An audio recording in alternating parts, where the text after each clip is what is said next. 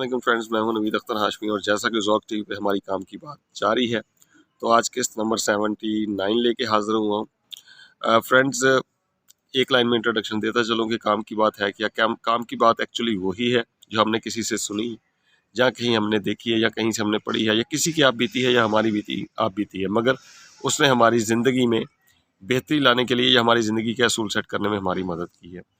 तो चलते हैं डायरेक्ट उस काम की बात की तरफ कि एक दफ़ा का ज़िक्र है कि हमारी सोसाइटी में ये है कि हर औरत चाहती है कि मेरा शौहर मेरी खिदमत करे, मेरा शौहर मैं जो मुँह से निकालूँ वो पूरा कर दे। एक्चुअली वो शौहर नहीं चाहती, वो ग़ुलाम चाहती हैं, ठीक है? तो ऐसे हालात में एक पुराने ज़माने की बात है, मगर ये इसमें क्योंकि बहुत बड़ी एक एग्ज़ाम्पल मिलती है हमें कि एक औरत जौन-सी थी वो एक बुज़ुर्ग के पास चली गई, जो बाबा जी पीर साहब थे। उन्होंने बाबा जी के पास गई और जाके बाबा जी को कहा कि बाबा जी, मेरा शौहर मेरे ताबे नहीं है, मैं अपने शौहर को ताबे करने चाहती हूँ और कि वो मेरी किसी भी बात से इनकार ना करें, तो मुझे कोई तवीज़ दे दीजिए। बाबा जी को सारी बात की समझ आ गई, उसके चाल ढाल बात करने से इंतहा से समझ आ गई कि ये औरत जौन-सी है ये किस तरह की नेचर की मालिक है।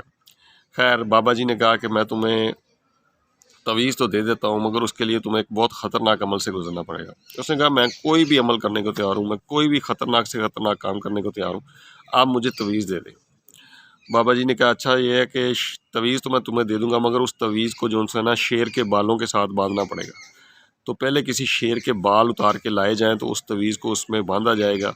जब वो शेर के बालों में बंधेगा तो फिर जो है ना वो तवीज़ काम करेगा। उस औरत ने कहा, चलो ठीक है, मैं करती हूँ कुछ। वो चले गई वापस, उसने जाके अपनी सहेली को बताया कि ऐसे-ऐसे मैं तवीज़ तो है, मगर वो शेर के बालों में बाँधना पड़ता है। तो अब शेर कहाँ से? पुराने ज़माने में चिड़ियाघर वगैरह तो होते नहीं थे। उसने कहा, शेर के बालों से बाँधना पड़ेगा। तो वो जिस इलाके में रहते थे, गाँव था, तो गाँव से काफ़ी दूर एक जंगल आता था, तो जंगल में शेर सुना है कि आते-जाते थे। तो उसकी सहेली ने मशवरा दिया कि तुम ऐसा करो कि रोज़ाना कुछ किलो गोश्त ले लिया करो, और वो फ़लाने जंगल में जो है ना वो शेर वहाँ ज़रूर आते हैं, ठीक है? तो वहाँ जाके तुम ना गोश्त का टुकड़ा रखा करो और शेर आके खा लिया करेगा।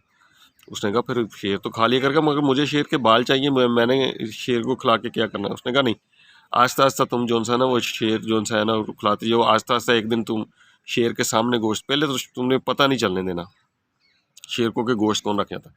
फिर आहिस्ता-आहिस्ता शेर को पता चल जाना चाहिए कि तुम उसके लिए गोश्त रखते हो। शेर को जब पता चलेगा कि तुमने ये गोश्त रखा है, तो शेर जो है वो आहिस्ता-आहिस्ता तुमसे मानूस हो जाएगा। तो फिर तुम आराम से प्यार से शेर को प्यार करना, शेर के करीब जाना और उसके बाल उतार लेना। उसने कहा, ठीक है। उसने जी शेर के लिए जाके जंगल में गोश्त रखना शुरू कर दिया। 1 दिन, 2 दिन, 4 दिन, 5 दिन तो वो छुप के रख देती। फिर एक दिन जब देखा उसने शेर इतने फासले पे है कि वो छुप भी सकती है, तो उसने क्या किया कि उसने गोश्त रखा और अपना आप दिखा दिया, और साथ ही जो सी वो दरख्त के ऊपर जो था वो चढ़ गई, ताकि शेर उस पर हमला ना कर दे। फिर दूसरे दिन ऐसे ही उसने किया कि शेर के सामने गोश्त रखा और फिर शेर के सामने दरख्त पे चढ़ गई। अब शेर देखता कि इसके लिए गोश्त रख जाती। आहिस्ता-आहिस्ता एक दिन उसने शेर के सामने गोश्त रखा और दरख्त के नीचे खड़ी रही, मगर शेर ने आराम से गोश्त खाया और चला गया। फिर उसने क्या किया कि आहिस्ता-आहिस्ता फासला कम करना शुरू किया। वो अब क्या करती कि शेर के पास गोश्त रख देती और थोड़े फासले पे खड़ी हो जाती। शेर आता, गोश्त खाता और चला जाता, ठीक है? नज़रें झुका के जैसे कोई यानी शुक्रिया अदा करता है। आहिस्ता-आहिस्ता क्या हुआ कि वो शेर पे बिल्कुल करीब आ गई और उसने शेर को गोश्त दिया और गोश्त शेर ने खाया और उसने प्यार से उसके हाथ फेरा। शेर जो सा उसने हाथ फुलवा लिया। इस दौरान उसको तकरीबन 3 माह लग गए, ठीक है? 3 माह लग गए इस मामले में, मगर ये कि शेर उससे मानूस हो गया। अब उसने क्या किया, आहिस्ता करते करते शेरों के बालों में हाथ फेरती और गोश्त खिलाती, और आहिस्ता आहिस्ता करते उसके थोड़े थोड़े बाल उतारने शुरू कर दिए। थोड़े थोड़े एक आध बाल गिरता, ताकि शेर को दर्द भी ना हो। एक बाल कभी 2 बाल करके उसने थोड़े से बाल इकट्ठे किए और वो बाबा जी के पास आ गई और कहा कि बाबा जी ये देखें, मैं शेर के बाल लेके आ गई, तो अब मुझे तवीज़ दे दें वो कि मैं अपने शौहर को ताबेदार कर सकूं। तो बाबा जी ने उससे कहा कि तुम्हारा जो शौहर है, क्या वो उस खूनी दरिंदे शेर से भी ज़्यादा अक्खड़ है, या उससे भी ज़्यादा सख्त तबीयत रखता है, या उससे भी ज़्यादा खूनखार है? जब तुम 6 माह खिदमत करके या 3 माह खिदमत करके एक शेर को इस काबिल कर सकती हो कि तुमको तुम्हारी यानी कि उसने तुम्हारे लिए उसके दिल में मोहब्बत पैदा होगी कि उसने अपनी नेचर के ख़िलाफ़ तुम्हें कुछ ना कहा और तुम्हारी ताबेदारी की, तो क्या तुम्हारा शौहर जौन सा है वो इससे भी ज़्यादा ख़तरनाक है? तो इसलिए बेहतर है, तवीज़ से बेहतर है कि अपने शौहर की खिदमत करो, अपने शौहर के दिल में वो मोहब्बत पैदा करो जो हमेशा रहे। तवीज़ से वक्ती मोहब्बत तो पैदा हो जाएगी, मगर वो दिल से मोहब्बत पैदा नहीं होगी। अगर तुम अपने शौहर के साथ अच्छा सलूक करोगी, उसकी हर बात का ख्याल रखोगी, उसकी खिदमत सच्चे दिल से करोगी, तो वो जो मोहब्बत पैदा होगी वो हमेशा आप दोनों की कायम रहेगी। तो फ्रेंड्स, अब चलते हैं इस एनालिसिस की तरफ कि आज जौन सी है, आज नहीं शुरू से ये औरत की नेचर होती है कि वो एक घर पे हुक्मरानी होती है। ये नंदों के झगड़े क्या हैं, ये दरानी जेठानी के झगड़े क्या हैं हमारी। बेसिकली एक घर में हम 3 बहुएँ लेके आ जाते हैं, मगर हर औरत चाहती है कि एक घर पे उसकी हुकूमत हो। तो सबसे पहले, क्योंकि सास जो माँ होती है उसकी हुकूमत होती है घर पे, बच्चे उसके अपने होते हैं, तो वो एक घर होता है। जब बहू आती है तो बहू चाहती है कि मेरी हुकूमत हो, क्योंकि उसका नया घर, उसका ख्वाब होता है कि मेरा अपना घर हो। अब माँ को ये टेंशन है कि जी ये जौन सा मेरा घर है इसमें तो मेरी हुकूमत है। ये कहाँ से आ गई?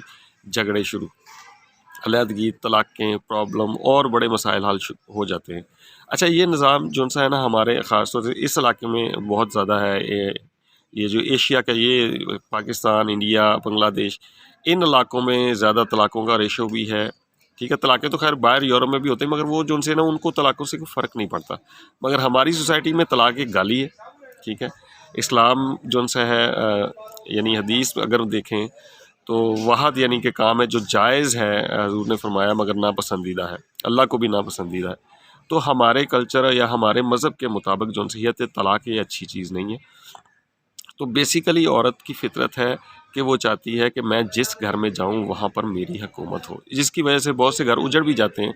ठीक है ना, एक का घर बसता है, 2 के उजड़ जाते हैं, 2 के बसते हैं, तीसरे का उजड़ जाता है। तो ये निज़ाम चलता है। सबसे पहले हमें इस बात को ज़रूर मानना चाहिए कि औरत की नेचर है कि उसे एक घर में हुकूमत चाहिए, और वो चाहती है कि मेरी मामलात में कोई और बंदा दखल ना दे। वो एक अलहदा इंडिविजुअल एंटिटी चाहती है, तो उसको देनी चाहिए। जब उन्हीं औरतों को जब अलहदा-अलहदा कर देते हैं, वो अपने-अपने घरों में खुशहाल हो जाती हैं। कोई झगड़ा, अब शौहर से तो नहीं ना वो बार-बार लड़ सकती, तो शौहर को तो औरत कर ही लेती है किसी न किसी तरह, कंट्रोल कर लेती है, या कंट्रोल कर लेती है, मोहब्बत से करे या जैसे भी करे, मगर वो शौहर की मार भी खा लेगी, सारा कुछ कर लेगी, मगर ना वो जेठानी के, ना वो नंद के, इन लोगों के और सास के ताने नहीं सह सकती। शौहर से वो जूते भी खा लेगी, तो सारा कुछ बर्दाश्त कर लेगी, मगर वो खुश इस बात पे होगी कि हुकूमत मेरी है इस घर में। तो इसलिए औरत की बेसिक नेचर है कि वो हुकूमत चाहती है। ठीक है, तो इस बात को अब हमें आहिस्ता आहिस्ता मान लेना चाहिए कि हर औरत का राइट है कि वो अपना जब घर बसाती है तो उसको एक पूरा इंडिविजुअल दिया जाए। जॉइंट फैमिली सिस्टम अच्छी बात है, इत्तफाक है, मगर जॉइंट फैमिली में भी बड़े अच्छे तरीके से हम इसको डिवाइड किया जा सकता है। यानी घर अलहदा ना भी किए जाए, उनकी यानी कि ना अगर तो कोई कमज़ोर है तो उसकी हेल्प करना तो बड़ी अच्छी बात है, मगर अगर कोई अफोर्ड करता है तो उसे अलहदा करना बड़ी अच्छी बात है। उसकी ज़िंदगी बेहतर हो जाएगी, उसके बच्चों की ज़िंदगी बेहतर हो जाएगी, क्योंकि हर कोई अपने स्टैंडर्ड के मुताबिक जौन सा है वो अपनी लाइफ को बेहतरीन गुजारने की कोशिश करता है। मुझे उम्मीद है कि आज की ये छोटी सी वीडियो आपको पसंद आएगी। अगर आपको मेरी वीडियोस पसंद आ रही हैं तो मैं ये रिक्वेस्ट करता हूँ कि इसको सब्सक्राइब कीजिए, शेयर कीजिए, और ख़ास तौर पे स्टूडेंट्स को रिकमेंड कीजिए, क्योंकि मेरा सारा जो लिटरेचर है मेरा इसी पे फोकस है कि सोसाइटी में बेहतरी लाई जा सके और एक अच्छी नस्ल सामने लाई जाए, एक अच्छी जनरेशन सामने आई जो आने वाले वक्त में इस मुल्क को संभालेगी और वो एक पॉजिटिव थिंकिंग की मालिक होगी। बहुत बहुत शुक्रिया जी, अल्लाह हाफ़िज़। यहाँ से नवीद अख्तर हाशमी को इजाज़त दीजिए। अल्लाह हाफ़िज़।